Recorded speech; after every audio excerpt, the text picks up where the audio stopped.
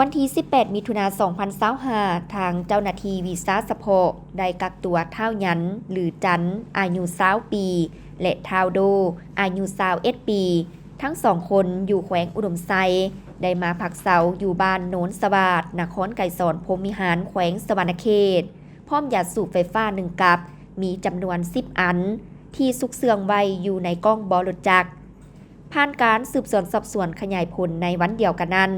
ก็สามารถกักตัวพวกร่วมขบวนการได้อีกจำนวน2คนคือเท่าซิดอายุ23ปีและนางเล่อายุ21ปี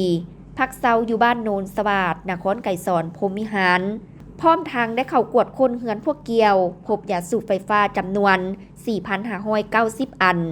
เจ้าหน้าที่จึงได้กักตัวพวกเกียวพร้อมของกลางเพื่อมาสืบสวนสอบสวนขยายผลและดำเนินคดีตามขั้นตอนของกฎหมาย